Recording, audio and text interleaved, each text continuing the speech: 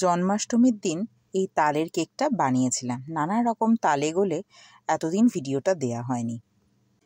এই কেকটা বানাতে গিয়ে আমার অনেক রকমের বাউন্ডেশন ছিল, সেগুলো কি একে একে বলছি, কিন্তু তার আগে একবার কেকের টেক্সচারটা দেখিয়ে দিই। কি দারুণ দেখতে লাগছে দেখুন। এনিওয়ে, নমস্কার বন্ধুরা, পিঙ্কির আহারের দরবারের আর একটি মিষ্টি পর্বে আপনাদের সকলকে স্বাগত জানাই।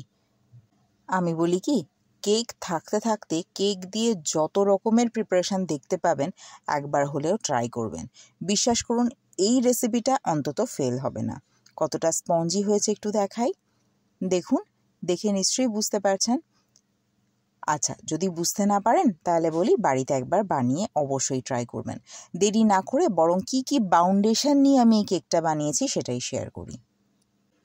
প্রথমেই বলছিলাম না যে এটা ঠাকুরের জন্য বানিয়েছিলাম, মানে জন্মাষ্টমীতে বানিয়েছিলাম।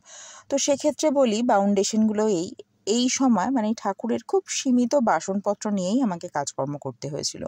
মিক্সিটা তো আমার আমিষ মিক্সি, সেটাতে তো আর চিনি গুঁড়ো করা যাবে না। তো সেই কারণে এরকম অসুবিধার কথা যারা চিন্তা করছেন তাদেরকে বলি, এই যে বাটিটা দেখছেন, যে কোনো বাটি মেপেই দিতে পারেন বা কাপ মেপে দিতে পারেন। অর্ধেক বাটি আমি দুধ নিয়েছি। দুধটাকে বেশ ভালো করে গরম করে তার মধ্যে অর্ধেক বাটির একটু বেশি চিনি দিয়ে দিয়েছি। তবে চিনির মিষ্টত্ব, মানে চিনিটা কতটা পরিমাণ লাগবে সেটা কিন্তু নির্ভর করে একদমভাবেই তালের কতটা মিষ্টি সেটার উপরে। তো আমি অর্ধেক বাটির একটু বেশি দিয়ে দিয়েছি। তো গরম দুধের মধ্যে চিনিটা দিয়ে বেশ কিছুক্ষণ রেখে দিতে পারেন। তবে সেক্ষেত্রেও চিনিটাকে নাড়তে হয়, আর সেটা যদি অ্যাভয়েড করতে চান তাহলে দুধের মধ্যে চিনি দিয়ে আপনি দুধটাকে একটু জাল দিয়ে নিন, তাহলে দেখবেন সুন্দরভাবে গলে গেছে। আচ্ছা, তারপরে দুধটা যখন ঠান্ডা হবে, কি হালকা ঠান্ডা হবে, তখন ওই অর্ধেক বাটি সুজি দিয়ে দেবেন, মানে যে বাটিটা মেপে মেজার করছিলাম। তো সুজিটা দিয়ে দেওয়ার পর অন্তত 15-20 মিনিট অপেক্ষা করলেই দেখবেন দুধ একেবারেই রুম টেম্পারেচারে চলে আসবে। তারপরে এই অর্ধেক বাটি, মানে যে বাটি মেপে দিচ্ছিলাম সেই বাটি, দেখলেন কাণ্ডটা, তাড়াহুড়ো করতে গিয়ে পড়েই গেল। যাই হোক, যে বাটি মেপে দিচ্ছিলাম সেই বাটি মেপেই অর্ধেক বাটি আমি তাল দিয়ে দিলাম। তারপরে ভালো করে মিশিয়ে নেওয়ার পর দিয়ে দেব এখানে ওই অর্ধেক বাটির একটু বেশি ময়দা। এটা দিয়ে এবার খুব ভালো করে মিশিয়ে নিতে হবে। আলাদা যদি চালনি থাকতো তাহলে, মানে নিরামিষ চালনি যদি থাকতো তাহলে আমি অবশ্যই সেই চালনিটা ব্যবহার করতাম, কিন্তু যেহেতু সেটা ছিল না সে কারণে ডাইরেক্ট ময়দাটা দিয়ে দিয়েছি।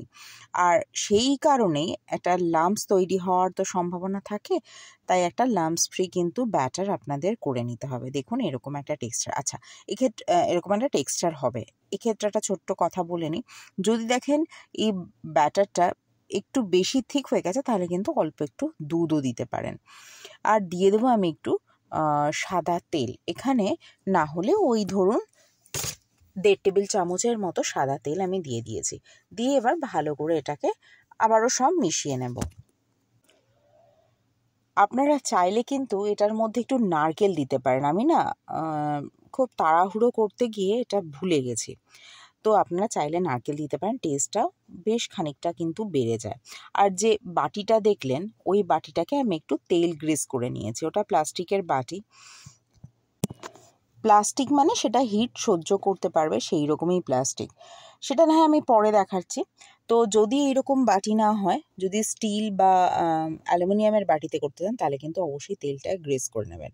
আর আমার ওই বাটিটা দেখলেন, এটা যেহেতু একেবারেই ছোট তাই আমি অর্ধেকটা ব্যাটার আমি তুলে রাখলাম, আর অর্ধেকটা ব্যাটারে এরকম ইনোর প্যাকেটের অর্ধেকটা ইনো আমি দিয়ে দেবো, আর সেটাকে অ্যাক্টিভ করার জন্য অল্প একটু জল দিয়ে দেবো।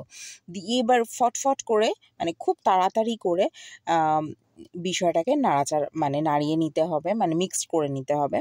আর ওপাশে আমি কিন্তু অলরেডি জল ফুটতে বসিয়ে দিয়েছি, মানে স্টিম ওঠা জল কিন্তু গরম হচ্ছে, সেটা আমি পরে দেখাচ্ছি। কিন্তু ওই কাজটা আগে করে নিয়ে স্টিম উঠবে সেই মুহূর্তে আপনি কিন্তু ইনোটা অ্যাড করবেন। এটা দিয়ে দেওয়ার পর স্টিম ওঠার জন্য অপেক্ষা করবেন না। আর ওই যে বললাম বাটিটা যেহেতু খুব ছোট সে কারণে আমি, আর দেখবেন অর্ধেকটা যেন ভরে থাকে, মানে একেবারে টইটম্বুর করে দেবেন না। সেটা যে কেন সেটা আপনারা নিজেও বুঝতে পারছেন। এবার একটু ট্যাপ ট্যাপ করে দেবেন। আর এদিকে দেখুন জলটা কিন্তু ফুটতে বসিয়ে দিয়েছি। আসলে আমি অনেক কেক বানাই জানেন তো, কিন্তু সমস্ত কিছুই তো আমিষ, মানে ডিম টিম ছোঁয়া মেলা এই সেই, সে কারণে আর ঠাকুরকে সেভাবে কেক দেওয়া হয় না। তো এই যে জিনিসটা, এটা আমাদের বাড়িতে নতুন ছিল, তো সে কারণে ভেবেইছিলাম যে এতে প্রথম আমি তালের পিঠে করেই ঠাকুরকে দেব। তো ম্যাক্সিমামে দিয়ে এটার স্টিমটাকে উঠিয়ে নিয়ে তারপরে এটাকে দিয়ে দেবো। এবারে কতক্ষণ দেব, অন্তত পক্ষে 12 মিনিট তো রাখবেনই, তার থেকে একটু বেশি সময় লাগলেও লাগতে পারে। আর হয়েছে কিনা সেটা তো চেক করার একটা সুন্দর পন্থা রয়েছে, একটা টুথপিক বা একটা কাঠি, ক্লিন কাঠি, সেটা ইনসার্ট করে দেখবেন, যদি দেখেন ক্লিন এসছে তাহলে হয়ে গেছে। ভীষণ গরম বুঝলেন, একটু রয়ে এটাকে উঠিয়ে নিই। আমার কিন্তু কেক একদম রেডি। এটাকে দেখুন, ডিমোল্ড কি সুন্দর হয়ে যাচ্ছে, এর থেকেই বোঝা যায় না, টুথপিকটা ইনসার্ট করলেই বোঝা যায় যে এটা হয়েছে কিনা। আমার এই সুন্দর তালের কেকটা আপনাদের কতটা সুন্দর লাগলো সেটা কিন্তু অবশ্যই জানাবেন, আর যদি ভালো লেগে থাকে একটা লাইক করতে কিন্তু ভুলবেন না। আর প্লিজ আমার চ্যানেলটিকে সাবস্ক্রাইব করুন এবং পাশে থাকা বেল আইকনে ক্লিক করুন, যাতে নোটিফিকেশনটা সবার আগে আপনার কাছে পৌঁছায়।